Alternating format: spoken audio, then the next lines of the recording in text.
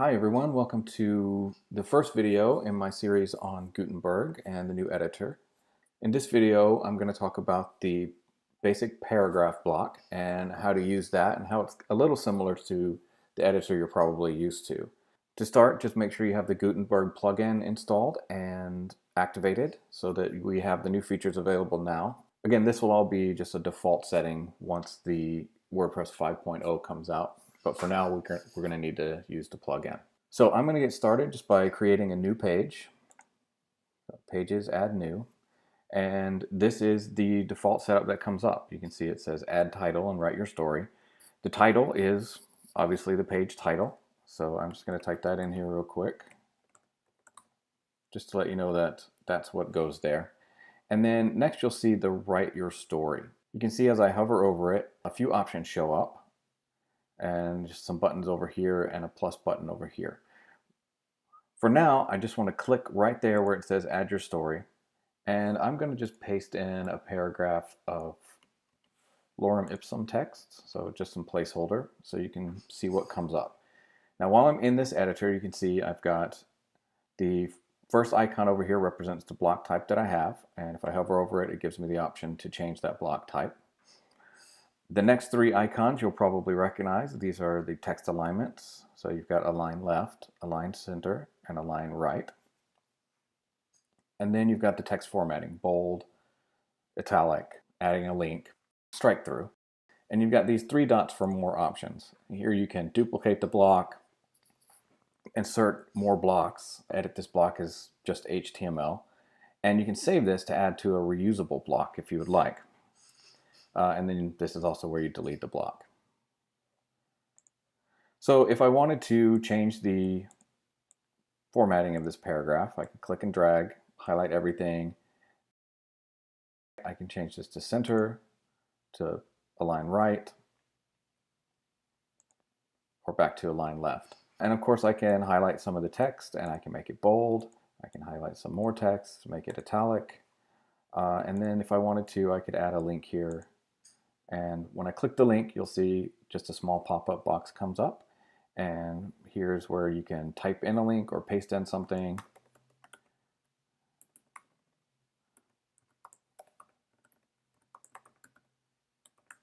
I'll just put my website.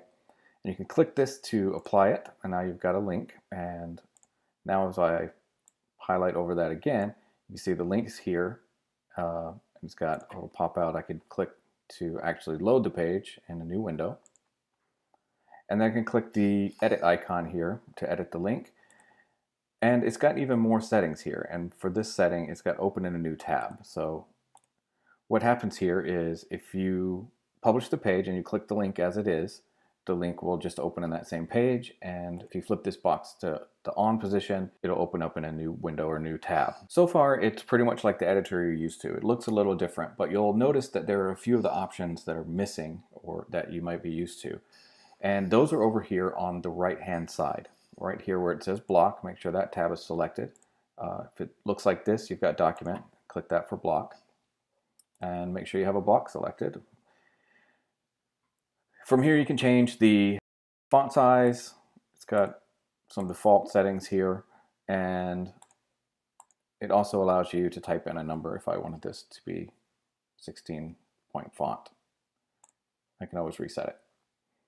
So you can set up a drop cap for this paragraph, and that's going to make the first letter of the paragraph large, just a drop cap like a storybook or something. And down here you can change the background color of the block itself. So I could make the background red or pink, green. You can clear it to go back to white. And this last one here is to set up a custom color. And you can use the slider here and the position of the circle to determine exactly what color, shade, and value you need. So next is the text color, and you'll notice that as I change this, it's changing the text color of the entire block. Even if I go in and select some text and click the text color, it's still going to change the entire block. All right, and the next setting is the advanced. I'm going to clear this text color real quick. Click the advanced option, and here you'll see you can add an additional CSS class. So what that means is if you have CSS classes that are specific to your website, you can add them here and it will apply that class to the entire paragraph. Now, another thing I want to mention here is with the paragraphs is that each paragraph that you place in your page is now going to be a separate block. And that goes even if I select more than one paragraph of text and then paste it in. You'll notice that each one of these now is its own block and each one can be edited separately. So I could go in and I could make this block orange and maybe light gray text, and this block could have green text. And I'm gonna go ahead and hit preview here. And this is what it looks like on the page. I'm using just the default 2018 WordPress template. And you'll see that here's the page title where I added it. And as I scroll down, you'll see here's the green text and the orange background text. And these blocks, what they do is they will fit 100% of the width of whatever the container they're in. So on pages like this that has a sidebar and a page title over to the left-hand side, it's just going to fit in the content block that is on the right. If the page didn't have a sidebar, these blocks would expand and be the full width of its parent container. So it would go all the way out to where page title is and all the way over to where it is now. So if you want to remove one of these blocks, let's say I want to remove this green one, click on that and I can click more options and just remove block right there. Now if I wanted to make a block reusable, let's say I really occasionally have like a pull quote or something like that, that I just love this orange background and light colored text, I can click the more options again and choose add to reusable blocks. Now it's asking me to enter a title for the reusable block, and I will just title it reusable orange block and click save. So when you're ready to reuse the block, all you have to do is add a new block just like any other time. Click add block, and as you scroll to the bottom you'll see a reusable section. Open that up and you'll see all the reusable blocks you've saved. I'm going to use the reusable orange block that we just did. And there you go. You've added a new block to the page just like the first. Now let's say you wanted to edit this block. Maybe you don't want the same text, you just want the same formatting. Well, that's easy. You just click the block and do the more options and convert it to a regular block. Now you've got a paragraph block that has all the same settings as that original reusable block you have.